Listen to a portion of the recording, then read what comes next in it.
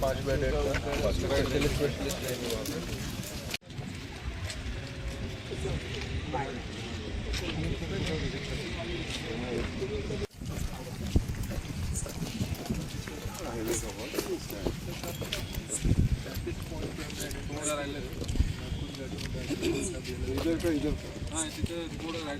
निर्माण केलेले एकूण सगळं पालखी तळावरती अत्यंत आनंदाचं वातावरण या ठिकाणी आपल्याला पाहायला मिळतंय. वारकरी देखील या सगळ्या सुविधांचा लाभ घेतात. वारकरी सेवेवरती किंवा पालखी तळाची पाहणी करतात. अकोला सोलापूर दौरा करून तुम्ही अजून कंटाळलेले दिसत नाही. आपल्या सगळ्यांना माहिती आहे की गेल्या एक महिना दीड महिन्यापासून वारीची तयारी प्रशासन करते, शासनही करते आणि त्या अनुषंगानं आता सगळ्या पालख्यांचं आगमन उद्या सोलापूर जिल्ह्यामध्ये होतं आहे आणि विठुरायाच्या नगरीकडं येणाऱ्या 3-4-5 दिवसात या सगळ्या पालख्या पोचतील. वारकरी मोठ्या संख्येनं पोचत आहेत, लाखो. यावर्षी तर खूप चांगला पाऊस पडल्यामुळं वारकऱ्यांची संख्या खूप मोठी आहे आणि या सगळ्या वारकरी बांधवांच्या स्वागताची तयारी, त्यांना या व्यवस्थेमध्ये कुठली अडचण येऊ नये, त्यांना कुठली एखादी व्यवस्था कमी पडू नये, अशा पद्धतीची व्यवस्था आम्ही करण्याचा प्रयत्न केलेला आहे. आणि त्या अनुषंगानं आपण बघितलं असेल की सगळ्या सुविधा म्हणजे आरोग्याची सुविधा असेल, म्हणजे डॉक्टर चेक करतायत, मेडिसिन त्या ठिकाणी मिळतं आहे. आज तर आम्ही मुख्यमंत्री वारकरी सेवा केंद्र आपण बघताय, तो खूप लोकप्रिय झालेला विषय आपण या वारकऱ्यांच्यामध्ये बघताय की पुण्यापासून निघाल्यापासून अगदी पंढरपूरपर्यंत वारकरी सेवा केंद्राची कामं चालू असताना बघताय. ज्या ठिकाणी पालखी पोचते त्या ठिकाणी वारकरी सेवा घेताना आपण बघताय. हजारो त्या ठिकाणी वारकरी येत आहेत आणि सेवा घेत आहेत. वारकरी सेवा केंद्रामध्ये डॉक्टरची तपासणी आहे, त्या ठिकाणी आपण बघता औषधं मिळत आहेत, त्या ठिकाणी थकलेल्या भागलेल्या आमच्या वारकरी बांधवांची चरणसेवा त्या ठिकाणी होते. जवळजवळ एका पेंडॉलमध्ये परवा मला सातारच्या शिवोने सांगितलं की 6,000 लोकांनी चरणसेवेचा आनंद घेतला. मग त्यासोबत आपण बघतो की हिरकणी कक्ष त्या ठिकाणी आहे, झोपण्याची सर्वोत्तम व्यवस्था आहे. त्याच पेंडॉलमध्ये कीर्तन भजन कीर्तनाला आपण स्टेज आहे त्याची व्यवस्था आहे, LED स्क्रीन आता आहे त्याची व्यवस्था घेत आहे. त्याच्यासोबत आपण बघतो की शौचालयाची सुंदर व्यवस्था त्या ठिकाणी आहे. शौचालय तर आपण दिलं, पण चालू वर्षी आपण महिलांच्यासाठी नवीन स्नानगृहाची व्यवस्था आपण केलेली आहे. त्याचाही खूप मोठा इम्पॅक्ट आमच्या होतो आहे. महिला भगिनी त्याचाही वापर करत आहेत, त्याचा आनंदही घेत आहेत. त्यामुळे मला या निमित्ताने एवढंच सांगायचे की जे देणं शक्य आहे त्या सगळ्या सुविधा वारकरी बांधवांसाठी, पालखीमध्ये आलेल्या सगळ्या भक्तांसाठी देण्याचा प्रयत्न माननीय मुख्यमंत्री महोदय आणि महाराष्ट्र सरकार करताना, आमचं प्रशासन करताना दिसत आहे. शक्यता होती, पण कुठंतरी आपल्या सूचनेनुसार जिल्हा प्रशासनाने ते पाणी रोखण्यात कुठंतरी आत्तापर्यंत यश आलेलं आहे. पुढं काय असणार आहे यात्रेच्या काळात? नाही, आपण पाहतो की कुठलंही काम जर प्लॅनिंगनं केलं तर बऱ्याचशाच गोष्टी चांगल्या होतात.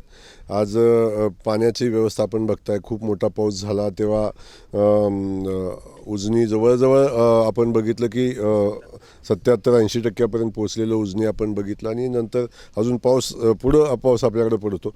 अशा परिस्थितीमध्ये नदीला पूर येईल अशी परिस्थिती असताना त्यावेळी आपण उजनीचा पाण्याचा बॅलन्स आपण ठेवला आणि त्यातून काही विसर्ग आपण ठेवला. कारण जो 50 हजारापर्यंत पाणी क्युसेक्स एवढं पाणी आपण उजनीमध्ये येताना बघितलं पुण्या 2 भागातून.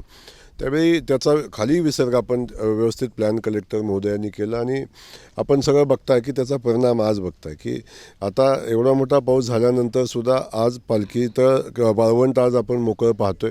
आज आणखी थोडासा आपण पाण्याचा प्रवाह थोडासा वाढतोय, परंतु 2 तारखेपासून बिलकुल अगदी जेवढं आपल्याला आवश्यक आहे तेवढंच पाणी या ठिकाणी राहील आणि बाकीचा स्टोरेज करण्याची कॅपॅसिटी उजनीची राहील. त्यामुळे सर्वोत्तम नियोजन पाण्याच्या निमित्तानं प्रशासनानं केलेलं आहे.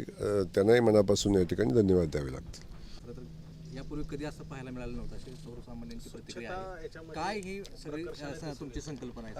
नाही, वारकरीच्यासाठी आपण ही सेवा देत असताना निर्मल वारीचा जो संकल्प माननीय मुख्यमंत्री महोदयांचा आहे, निर्मल वारी आहे, हरित वारी आहे, आरोग्यदायी वारी आहे, या सगळ्याच गोष्टीचा विचार केला तर हे सगळं एवढ्या लाखो लोक जेव्हा येतात तेव्हा स्वच्छता सगळ्यात महत्त्वाची असते की याच्यापासून रोगराई पसरू नये, लोकांना अडचण होऊ नये, या सगळ्या गोष्टीचा विचार केला तर स्वच्छताच महत्त्वाची असते आणि ती केली आपण. या तळ बघता आपण की या तळाचं स्वच्छता तर आहे, त्याच्यासोबत याला ज्या ज्या आवश्यक गोष्टी आहेत म्हणजे पालखीचं ठिकाण आहेत ती आपण दुरुस्त करतो आहे. त्या ठिकाणी ज्या ठिकाणी पाणी साठतं त्या ठिकाणी पाण्याची व्यवस्था आपण केली, त्याचा निचरा होईल असा मुरुम टाकून घेतला आहे, त्याची लेवल केलेली आहे. आत्ताच कलेक्टर महोदय सांगत होते पाऊस पडला पण कुठेही पाणी साठलं नाही. आता त्यामुळे याच्यावर खूप काम या ठिकाणी झालेलं आहे. आणि त्याचसोबत मी सांगितलं की वारकऱ्यांच्या स्वागतासाठी सजलेलं पंढरपूर आपल्याला या निमित्तानं आपण बघताय, त्याचं काम चालू आहे. याही पालखी तळाचं सुशोभीकरण चालू आहे, गावात सुशोभीकरण चालू आहे. आणि कधी नव्हे ते पंढरपूर क्लीन अँड स्वच्छ पंढरपूर आपण बघताय, स्वच्छ वाळवंट आपण बघताय, स्वच्छ आणि अतिक्रमण मुक्त पंढरपूर बघताय. सगळे अतिक्रमण काढलेली बघतात. रस्त्यानं गेलं तर सगळं म्हणजे तो फील आपल्याला येतोय. त्यामुळे रस्ते स्वच्छ केलेले असतील, मध्ये लागलेली झाडं असतील, या सगळ्याचा परिणाम आपण बघतो की एक सुंदर पंढरपूर आपल्याला या निमित्तानं वारकऱ्यांच्या स्वागतासाठी सजलेलं बघायला मिळतं. आपली जेवढी एनर्जी आहे त्याचप्रमाणे कलेक्टर साहेब असतील, सीओ साहेब असतील, एक यंग ब्रिगेड आणि आमची टीमच मुळात यंग टीम आहे आणि डायनॅमिक पण आहे. त्याच्यामध्ये विजन पण कामाचं आहे. त्यामुळे बघतो आपण की सगळेजण काम करत आहेत आणि फक्त बैठका झालेल्या नाहीत. आम्ही बैठका घेतल्या पण बैठकीत जी जी चर्चा झाली त्याच्यावर ॲक्शन झाली, त्याच्यावर कारवाई झाली आणि प्रत्यक्षात त्या सगळ्या गोष्टी दिसत आहेत. आज बघता आपण माननीय SP-नी जी व्यवस्था मंदिराच्या बाजूची पालखीची तर व्यवस्था केली पण मंदिर परिसराची आजची व्यवस्था आपण बघताय की म्हणजे व्हेकलमुक्त मंदिर परिसर आपण पाहतो. VIP दर्शनाची व्यवस्था निर्णय आम्ही घेतला असता तरी अंमलबजावणी करणारी यंत्रणा ती आहे. आज ते सगळ्या VIP लोकांशी फाईट करतायत पण ते आपल्या निर्णयाची अंमलबजावणी करतायत. त्यामुळं ही व्यवस्था जेव्हा चांगली घडवायची असते, चालवायची असते, तेव्हा हे सगळे घटक सहभागी राहतात. आमचे शिव रात्रंदिवस काम करत आहेत. आज जे वारकरी सेवा केंद्र असतील, पालखी तळ असतील, इथल्या सगळ्या व्यवस्था असतील, शौचालय असेल, स्नानगृह असेल किंवा ह्या सगळ्या व्यवस्था ते उभे करत आहेत. कलेक्टर महोदय या सगळ्याचं मॉनिटरिंग करत आहेत, नवीन नवीन गोष्टी करायला लागतात, तातडीने देत आहेत.